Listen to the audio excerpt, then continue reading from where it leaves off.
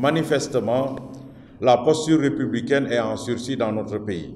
La rationalisation par le parrainage soumise à la sanction du législateur a répondu à toutes les exigences en matière d'équité et d'impartialité et n'a obéi à aucune logique partisane. Elle s'est fixé 3 objectifs. Son universalisation avec l'extension du parrainage aux candidatures politiques, son uniformisation sur les conditions de recevabilité des candidatures et ses multiples gains démocratiques avec un exécutif fort, avec une prévalidation des offres programmatiques, une meilleure lisibilité des offres politiques et une optimisation sur le coût financier, le coût technique et le coût opérationnel du processus. En cela, elle présente un intérêt manifeste pour notre démocratie.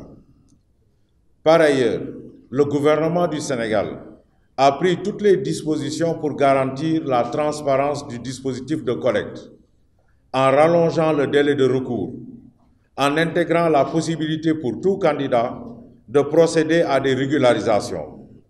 Aussi, le droit d'information a été assuré avec la mise en place d'une commission de dépouillement avec un dispositif numérique aménagé au niveau du Conseil constitutionnel pour le décompte automatique des parrains, sachant que la carte d'identité est désormais numérique. Demain, jeudi 19 avril 2018, la représentation nationale dans toute sa diversité aura la main sur le projet de loi. Nous demandons aujourd'hui solennellement aux députés de la majorité de continuer à rester ouverts, non pas pour retirer le projet de loi, parce que le processus est irréversible, mais pour la faire voter. À l'opposition sénégalaise, il est demandé de prendre de la hauteur, car le jeu collectif en démocratie est toujours plus productif que le quant à soi. C'est le lieu de préciser que l'introduction de la généralisation du parrainage qui existe déjà pour les indépendants va se faire en 2 temps. D'abord, par son introduction dans la Constitution, c'est l'objet de la proposition de loi qui sera examinée cette semaine par l'Assemblée. Sur ce point, il faut noter que même si l'Assemblée nationale l'adopte, elle ne sera effective qu'après promulgation par décret présidentiel.